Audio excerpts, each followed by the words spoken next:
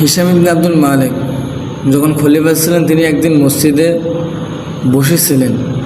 তখন তিনি খলিফা বাদশাহ, তিনি আবেদ আল্লাহওয়ালা বান্দাদের খুব পছন্দ করতেন। ওই মসজিদে এক ব্যক্তি ছিলেন যিনি আবেদ, নাম হচ্ছে আব্দুল ইবনে সালেম নতুবা সালেম ইবনে আবদুল্লাহ, এমন একটি নাম ছিল। তো ওই খলিফা তাকে বলতেছে যে আপনি আমার কাছে কিছু চান।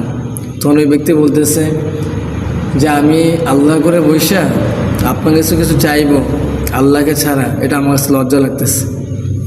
সুবহানাল্লাহ।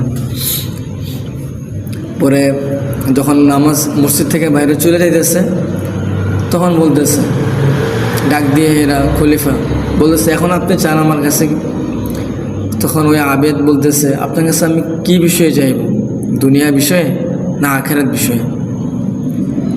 তখন তিনি বলতেছে, যেহেতু আমি দুনিয়ার বাদশাহ, আপনি আমার কাছে দুনিয়ার বিষয়েই চান। তখন ওই আবেদ বলতেছিল যে দুনিয়ার প্রকৃত মালিক যিনি, অর্থাৎ আল্লাহ, তিনি তো দুনিয়ার প্রকৃত মালিক। আমি তিনার কাছে দুনিয়া, মানে যিনি প্রকৃত দুনিয়ার মালিক, তিনার কাছে দুনিয়া আমি চাই না। আর আপনি তো দুনিয়ার প্রকৃত মালিকই না, আপনার কাছে দুনিয়ার কী চাইব? আল্লাহু আকবার।